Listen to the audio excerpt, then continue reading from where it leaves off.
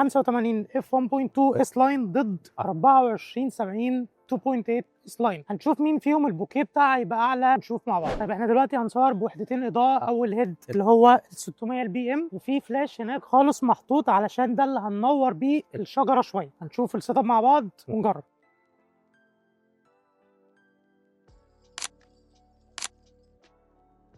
طيب زي ما احنا شايفين ده اول وحده اضاءه دخلناها معانا. انا السيتنج بتاعتي ايزو 100، فتحه عدسه 1 و2، شطر 1 على 800، وباور الفلاش بتاعي او باور الهيد 1 على 32. في هناك ضلمه، ده عشان كده حاطط انا الفلاش. هنجرب ننوره ونشوف عامل ازاي. يلا بينا.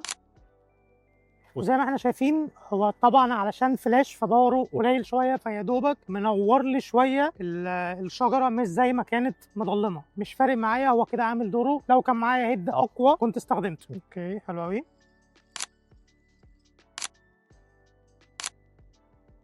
ودي صورة ال 85 على ال f 1.2. هنجرب نركب ال 2470، بس طبعا احنا أوسع فتحة عدسة عندنا هي 2.8، ودي هنا أنا خليت فتحة العدسة بتاعتي 2.8 علشان أقدر أقارن ما بينها وما بين ال 2470. ودلوقتي احنا ركبنا ال 24 وهنشوف الصورة بتاعتها هتبقى عاملة ازاي.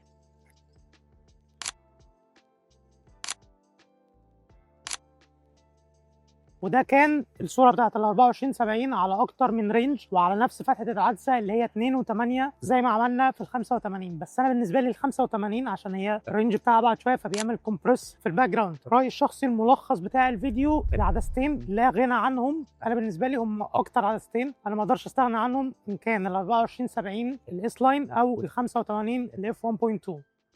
سلام.